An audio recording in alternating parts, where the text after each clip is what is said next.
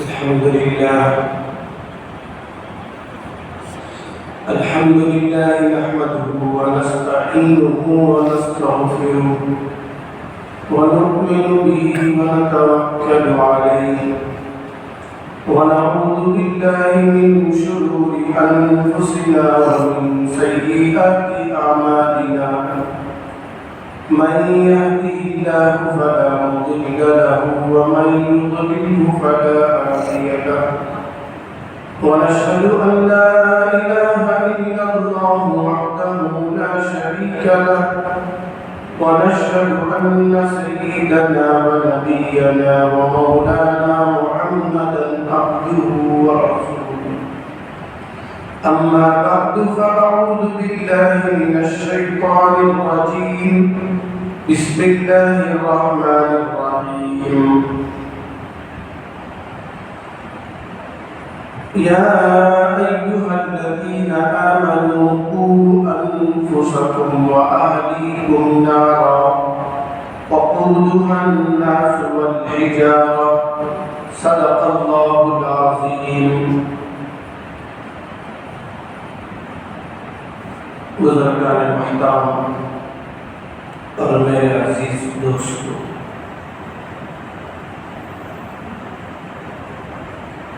اللہ تبارک و تعالی نے قرآن کریم میں مسلمانوں سے خطاب کرتے ہوئے فرمایا، تم اپنے آپ کو اور اپنے گھر والوں کو جہنم کے عذاب سے بچاؤ۔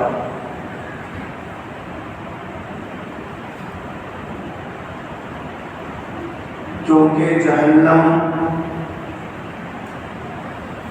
تکلیف کی جگہ ہے، جہاں کی تکلیفیں انسان کی برداشت اور طاقت سے باہر ہے۔ خود سرکار دو عالم صلی اللہ علیہ وسلم جہنم سے پناہ مانگا کرتے تھے۔ دنیا میں ذرا سی گرمی بڑھ جاتی ہے، دھوپ کی تپش بڑھ جاتی ہے تو لوگ شکایتیں کرتے ہیں کہ گرمی ناقابل برداشت ہے۔ وہ جہنم اور جہنم کی گرمی ایسی ہے کہ جہنم خود اپنی گرمی سے پریشان اور شکایت کرتا ہے۔ اب ایسے جہنم سے بچنے کے لیے اللہ فرماتے ہیں، تم خود اچھی باتوں کو سیکھو، اس پر عمل کرو اور اپنے اولادوں کو، اپنے ساتھ رہنے والوں کو، اپنے ساتھ اٹھنے بیٹھنے والوں کو اچھی باتوں کی تعلیم دیتے ہیں۔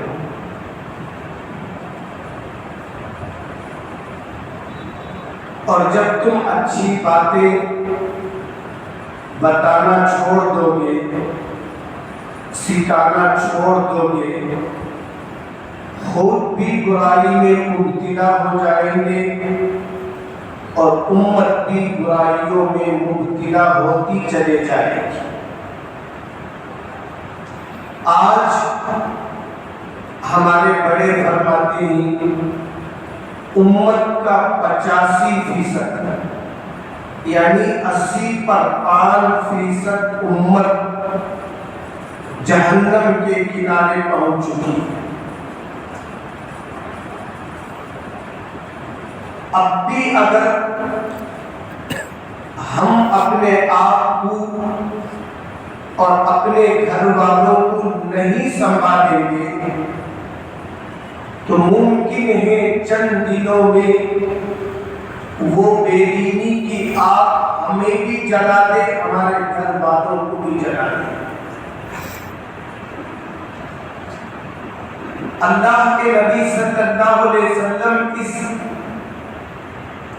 آگ سے بچانے کے لیے اپنے آپ کو تکلیف میں ڈال دیا۔ ساری زندگی آپ صلی اللہ علیہ وسلم کو ستایا گیا۔ آپ نے کبھی سکھ اور چین کا سانس نہیں لیا۔ میرے اور آپ کو اور آنے والی نسلوں کو جنت تک پہنچانے کے لیے آپ صلی اللہ علیہ وسلم کے دین میں ایک ایک امتی کا کتنا درد تھا، کتنی فکر تھی، کتنا غم تھا، سیرت کو پڑھنے سے معلوم ہوتا ہے۔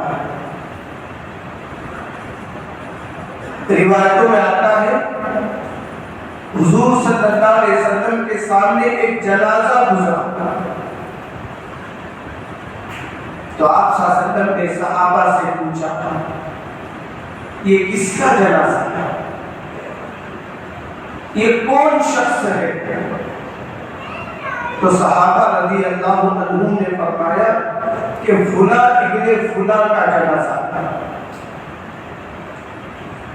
تو آپ صلی اللہ علیہ وسلم نے افسوس کا اظہار فرمایا کہ میرا ایک امتی جہنم کا مستحق بن گیا۔ یہ فکر صرف اور صرف اللہ کے نبی صلی اللہ علیہ وسلم کو تھی۔ اسی طرح روایتوں میں آتا ہے ایک آدمی جو کافر تھا، موت کے قریب پہنچ چکا تھا، اللہ کے نبی صلی اللہ علیہ وسلم اس کی عیادت کے لیے گئے۔ جب دیکھا کہ اس کا آخری وقت آ چکا ہے تو اللہ کے نبی صلی اللہ علیہ وسلم نے انہیں دین سمجھایا اور کلمے کی دعوت دی تو اس نے کلمہ پڑھا اور اس کی جان آسمانوں پر پرواز ہو گئی۔ تو راوی کہتے ہیں حضور اکرم صلی اللہ علیہ وسلم کی خوشی دیکھنے کے قابل تھی کہ آپ صلی اللہ علیہ وسلم نے فرمایا الحمدللہ الذی انقذہ من النار، تمام تعریفیں اس اللہ کے لیے ہیں جس نے میرے امتی کو جہنم سے بچا دیا۔ ایک ایک امتی کے بارے میں آپ فکر مند رہتے تھے اور صحابہ رضی اللہ عنہم کو جگہ جگہ بھیجا کرتے تھے، جاؤ تم ان علاقے والوں کو دین کی دعوت دو، ان کو سمجھاؤ یہ دنیا کھیل کود کی جگہ نہیں ہے، خواہشات کے پوری کرنے کی جگہ نہیں ہے، یہ تو اللہ کو راضی کرنے کی جگہ ہے۔ اگر تم اس زندگی میں اللہ کو راضی کر دو گے تو موت کے بعد جو زندگی ختم نہیں ہونے والی ہے اس میں تمہارے مزے ہی مزے ہوں گے، عیش ہی عیش ہوں گے، خوشیاں ہی خوشیاں تمہاری مقدر بنے گی۔ اور حضرات صحابہ رضی اللہ عنہم آپ پر مر مٹنے والے تھے، انہوں نے حضور کی ارشاد پر نہ اپنی جان کی پرواہ کی، نہ اپنے مال کی پرواہ کی، نہ اپنے کاروبار کی پرواہ کی، بس جہاں اللہ کے رسول نے بھیجا ادھر چلے گئے، اور اللہ کے دین کو دنیا کے کونے کونے تک پہنچا دیا۔ دنیا کا آج کوئی علاقہ ایسا نہیں ہے جہاں اللہ کا کلمہ بولنے والا نہ ہو، وہ چاہے ملک یہودیوں کا ہو، چاہے کرسچنوں کا ہو، چاہے بدھ مذہب والے کا ہو، وہاں کوئی نہ کوئی بندہ اللہ کا کلمہ پڑھنے والا، اللہ سے محبت کرنے والا مل جائے گا۔ ان تک دین کس نے پہنچایا؟ ان تک دین صحابہ رضی اللہ عنہم نے پہنچایا۔ حیات الحیوان میں علامہ دمیری رحمۃ اللہ علیہ نے ایک واقعہ لکھا ہے، اس واقعے سے ہم اندازہ کر سکتے ہیں صحابہ نے دین کے لیے کتنی قربانیاں دی۔ اسی لیے اللہ کے نبی نے فرمایا صحابہ ستاروں کے مانند ہے، چپکے یہ لقب نہیں دے دیا، فرمایا جس نے بھی میرے صحابہ کی قدر کی اس نے ہدایت پایا، جس نے بھی میری ایک صحابی کی بے ادبی کی وہ جہنم کا مستحق بن گیا۔ ہارون رشید کے زمانے میں علماء نے مشورہ کیا دنیا کا ایسا علاقہ، ایسا خطہ ڈھونڈا جائے جہاں اب تک اللہ کا دین نہ پہنچا، اسلام کا کلمہ نہ پہنچا ہو، اللہ کے نبی کی شریعت نہ پہنچی ہو، وہ علاقہ ڈھونڈا جائے۔ چنانچہ بہت مشورے کے بعد سب کے دل میں یہ خیال آیا کہ فلاں جگہ جو ہے شاید دین نہ پہنچا ہوگا، کلمہ نہ پہنچا ہوگا، تو ہارون رشید کے زمانے کے علماء نے ایک جماعت تیار کی اور اس جماعت کو اس گاؤں کی طرف روانہ کیا۔ تو وہ جماعت 3 سال تک راستے میں تبلیغ کرتے ہوئے اس علاقے کو پہنچی۔ سفر آج کی طرح آسان نہیں تھا، آج کی طرح دین پہنچانے کی سہولتیں نہیں تھی، آج کی طرح قدم قدم پر کھانے کے انتظامات نہیں تھے۔ اس زمانے میں سفر بہت کٹھن تھا۔ 3 سال تک وہ اللہ کے نیک بندے سفر کرتے ہوئے اس علاقے کو پہنچے تو دیکھا کہ اذان ہو رہی ہے، لوگ جماعت کے ساتھ نماز پڑھ رہے ہیں، عورتیں برقع پہن کر جا رہی ہیں، تجارتوں میں سچائی ہے، گفتگو میں ادب ہے۔ جماعت پریشان ہو گئی، یہ لوگ اتنے پختہ دین پر کیسے قائم ہیں، اتنی دور تک کس بندے نے دین پہنچایا؟ علاقے والوں سے پوچھا تو علاقے والے یہ قبر کے پاس لے کر گئے تو وہ جماعت نے دیکھا کہ قبر کے پاس اونٹ کی چند ہڈیاں پڑی ہیں اور قرآن کریم کا وہ حصہ دکھایا جو صحابہ کرام رضی اللہ عنہم اپنے ہاتھوں سے لکھ کر لائے تھے.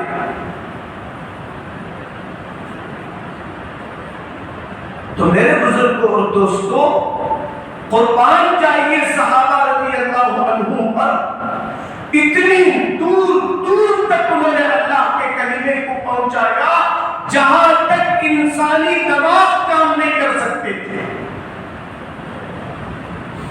انہوں نے دین کے پھیلانے میں نہ اپنے گھر بار کو دیکھا، نہ کاروبار کو دیکھا، نہ نفع نقصان کو دیکھا تو بس یہ دیکھا اللہ کا دین وہاں تک پہنچا.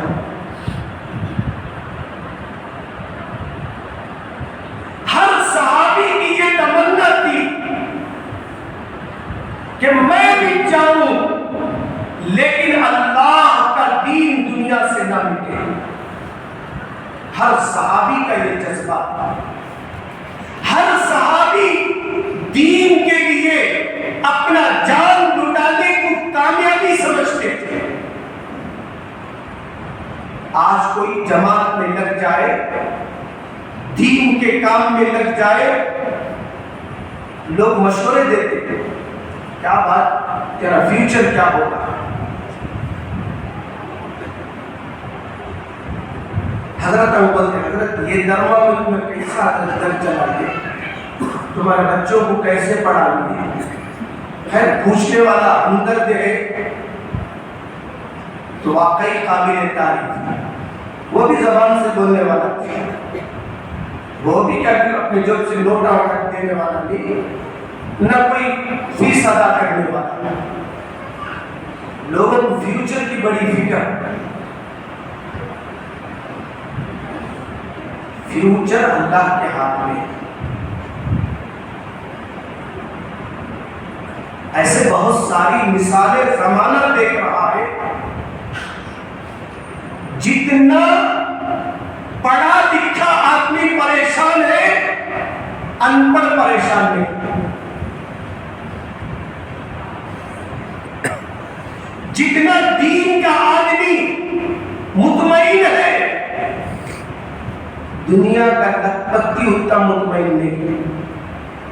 دنیا کا لکھپتی بھی امام صاحب نے چک کرتا حضرت کیا کہ بہت بےقراری ہے کی وقتہ جمع کر لیا، حلال بھی دیکھا نہیں، حرام بھی دیکھا نہیں، زکات بھی دیا نہیں، صدقہ بھی نہیں دیا، تو پریشانی عام کی چیز. دین دنیا زندگی میں نہیں تو مالوں میں رہ کر پریشان ہوگے، محلوں میں رہ کر پریشان ہوگے، کاروبار کے چلتے ہوئے پریشان ہوگے. جب دین زندگی میں آ جائے گا اللہ کی مٹھی روزی پر تم مطمئن زندگی گزارو. یہ فیوچر ہے اللہ پر یقین. فیوچر کیا ہے؟ یہ ڈگریاں نہیں ہے، یہ اونچے اونچے بنگلے نہیں ہے، یہ وسیع عریض کارخانے نہیں ہے. ہمارا فیوچر اللہ کا یقین ہے. جس کے دل میں اللہ کا یقین ہوگا اس کا فیوچر روشن رہے گا. چاہے اس کے پاس دولت نہ ہو، گھر نہ ہو، بیلنس نہ ہو، دنیا کا اطمینان اس بندے کو ملے گا جسے اللہ کے ذات عالی پر بھروسہ ہو. دنیا والوں کی کبھی پرواہ نہ کرتا، اللہ اور اللہ کے دین کی پرواہ. صحابہ کے خون میں، صحابہ کے رگوں رگوں میں یہ بات پیوست تھی، میرا فیوچر، میرے بچوں کا فیوچر اس دین کے ساتھ. آج امت مسلمہ کا ذہن بدل گیا. فیوچر مال کے چند پیسے کو سمجھتا ہے. یہ ہمارا فیوچر نہ کبھی رہا نہ کبھی رہے گا. ہمارا فیوچر اس سے محبت ہے، اس کا یقین ہے. صحابہ رضی اللہ عنہم دنیا کے کونے کونے میں پہنچے، اپنے آپ کو مٹا دیا، لیکن دین کو مٹتا ہوا دیکھنا انہوں نے پسند نہیں کیا. آج ہمارا زندگی کے ذرا جائزہ لے کر دیکھو، اللہ کا دین زندگی سے نکلتا ہے، نکلنے دو، لیکن دنیا ہاتھ سے نہیں جانا. جسی کا یہ نتیجہ ہے دنیا میں آج منسلی ہے. صحابہ رضی اللہ عنہ نے جان کی پرواہ نہیں کی. ایک مرتبہ اللہ کے نبی صلی اللہ علیہ وسلم نے صحابہ کے مجمع میں فرمایا کہ دعوت و تبلیغ کے متعلق یہ خط فلاں بادشاہ کے پاس پہنچانا. صحابہ سے پوچھا اس بادشاہ کے پاس جو جائے گا وہ صحیح سالم واپس لوٹ کر نہیں آئے گا. اب بتاؤ یہ خط لے کر اس بادشاہ کے پاس کون جائے گا؟ ہمیں ہوتی کیا بتاؤ، ہم نیکی میں جاتے نہیں بابا، تو تک ہمارا یقین، تو تک ہم اللہ رسول سے محبت ہے. روایتوں میں لکھا گیا ہے سارے صحابہ کھڑے ہو گئے. اللہ کے نبی صلی اللہ علیہ وسلم میں اس خط کو لے کر جاتا. اب سب کھڑے ہو گئے، یہ بھی پریشانی کی بات ہے. کوئی کھڑا نہ ہو یہ بھی پریشانی کی بات ہے. اب اللہ کے نبی صلی اللہ علیہ وسلم نے قرآن ڈالا. ایک صحابی کا نام نکل آیا. اللہ کے نبی صلی اللہ علیہ وسلم نے خط ان کے ہاتھ میں تھمائی اور فرمایا کہ اس بادشاہ کو خط پہنچا. اب یہ صحابی رضی اللہ عنہ خط لے کر بادشاہ کے دربار میں پہنچے. بادشاہ نے خط پڑھا تو بے قابو ہو گئے، غصے میں آیا، تیر اتنا زور سے چلایا، ایک ہی وار پر وہ صحابی رضی اللہ عنہ دھڑام سے زمین میں گر گئے. گرتے ہوئے اماں ابا یہ نہیں بلا، بیوی بچوں کو یاد نہیں کیا، بلکہ جب زمین پر گرے تو فرمایا فزت برب الکعبہ، رب کعبہ کی قسم میں تو کامیاب ہو گیا. آج ہمیں کیا بولتے تھے سے جس میں جا کو لگو نہ کو بولے لگ کو جان دے دلے کیا. لیکن صحابی کا ایمان تھا میری موت اللہ کے رسول کی حکم پر ہو رہی ہے. گرتے ہوئے کیا فرمایا رب کعبہ کی قسم میں کامیاب ہو گئے. اس حدیث کو بیان کر کے علماء کہتے ہیں آج کی طرح اللہ کے نبی صلی اللہ علیہ وسلم نے 3 دن کی تشکیل نہیں کی، صحابہ کو 40 دن کی تشکیل نہیں کی، سال کی تشکیل نہیں کی، بلکہ اللہ کے نبی نے صحابہ کو زندگی کی تشکیل کی. تمام صحابہ زندگی دینے کے لیے تیار تھے. عبداللہ ابن عباس رضی اللہ عنہ کی کتابوں میں لکھا گیا 10 بیٹے تھے. کتنے تھے؟ 10 بیٹے تھے. اور 10 بیٹوں کی خبر ایک ایک ملک میں موجود ہے. ایک ایک ملک میں عبداللہ ابن عباس رضی اللہ عنہ کی خبر طائف میں ہے. عبید ابن عباس رضی اللہ عنہ کی خبر یمن میں ہے. اس طرح 10 بیٹوں کی خبر 10 ملک میں ہے، ایک جگہ نہیں ہے. کیوں؟ یہ اللہ کے دین کو پھیلانے کے لیے نکلے. جہاں ان کی آخری سانس ختم ہوئی وصیت کیے وہی ہمیں دفن کرنا. بزرگوں یہ دین کتنی قربانیوں سے ہم تک پہنچا ہے. جب تک اس دین کی محبت دلوں میں نہیں آئے گی زندگی کا سکون بھی نہیں آئے گا.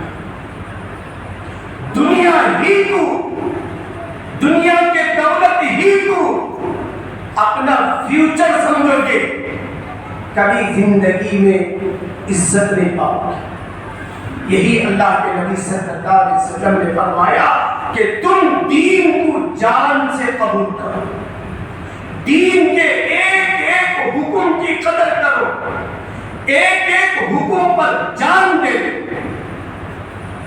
اور جماعت کی تبلیغ کا بھی یہی محنت ہے کہ ایک ایک آدمی کو کلمہ سکھایا جائے، ایک ایک آدمی کو نمازی بنایا جائے، ایک ایک آدمی کو اللہ اور رسول کا داعی بنایا جائے۔ جب تک اس کام سے نہیں جڑیں گے، جب تک اس کام سے محبت نہیں کریں گے، ہم مکمل دین پر چلنا مشکل ہے۔ اللہ نے ہماری یہی تعریف قرآن میں فرمائی، یہ خود نیکی پر چلیں گے اور آنے والی امت کو نیکی پر چلائیں گے۔ اللہ عز و جل سے دعا ہے جو قیمتی دین حضرات صحابہ کے قربانیوں سے ہم تک پہنچائے، اللہ اس دین کی ہمیں دل سے قدر کرنے کی توفیق عنایت فرمائے۔ اللہ تعالی ہمارے جان کو، مال کو، صلاحیت کو اس دین کی اشاعت کے لیے، حفاظت کے لیے قبول فرمائے۔ وآخر دعوانا الحمدللہ رب العالمین۔